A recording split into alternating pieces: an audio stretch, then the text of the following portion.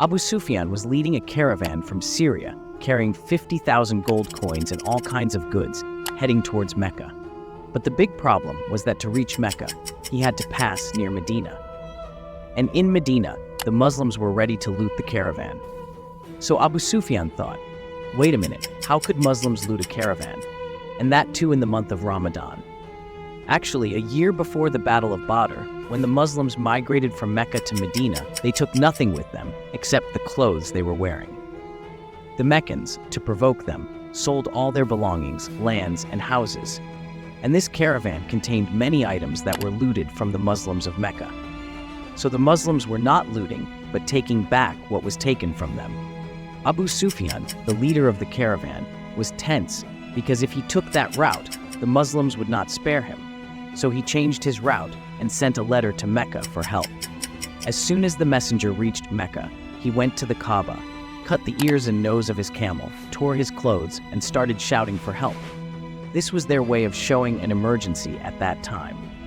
The Muslim army had already left to stop the caravan. Abu Jahl asked the messenger how many men were there. The messenger said, almost 313 peoples.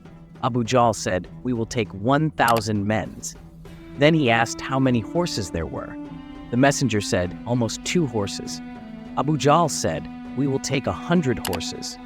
Then he asked how many camels there were in the Muslim army.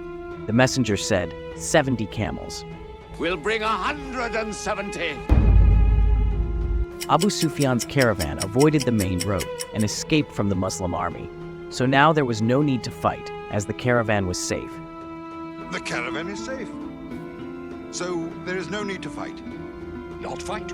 But Abu Jahl insisted that even if the caravan was safe, they would not spare the Muslims, because for every Muslim, they had 3 men to fight.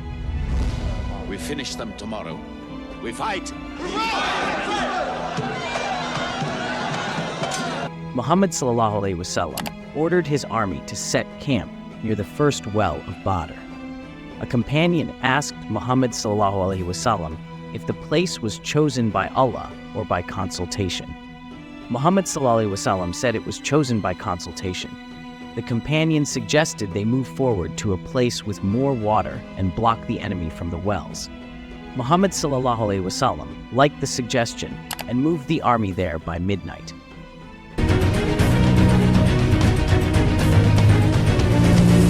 The next day, when Abu Jahl's army appeared, it was 3 times larger than the Muslim army.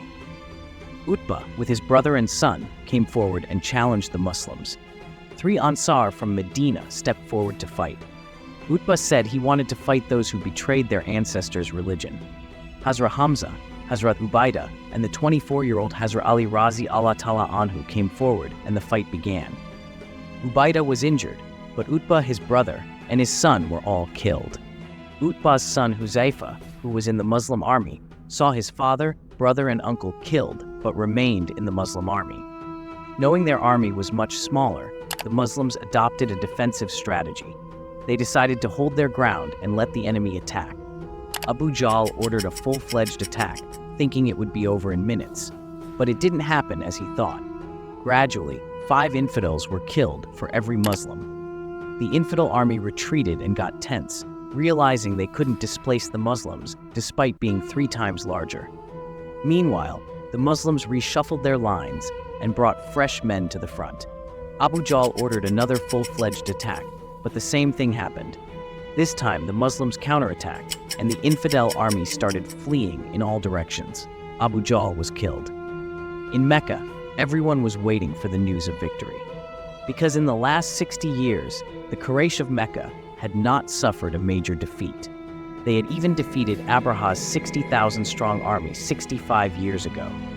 This was why the entire Arab world considered the Quraysh their leader. But now, the Quraysh of Mecca were defeated by just 313 men. When the first survivors reached Mecca, no one believed they could have lost. But gradually, they realized they had lost the battle and their honor in the entire Arab world. A famous Western historian writes that before the Battle of Badr, the Arabs considered Muhammad sallallahu alaihi wasallam a weak man, expelled by his people and seeking help from others. But But after the Battle of Badr, Muhammad sallallahu alaihi wasallam became known as a king and a military genius in the entire Arab world, because he defeated an army 3 times larger than his own. When the Muslims returned to Medina with the news of victory, there was celebration and joy everywhere. But as soon as Muhammad sallallahu alaihi wasallam entered his house, he learned that his beloved daughter Ruqayya, whom he loved dearly, had passed away a few days earlier. This caused Muhammad sallallahu alaihi wasallam great sorrow, but he did not mention his grief to anyone to keep the Muslims' joy and celebration ongoing. But the celebration couldn't last long, as Abu Sufyan started preparing a force of 3,000 men from across the Arab world to take revenge.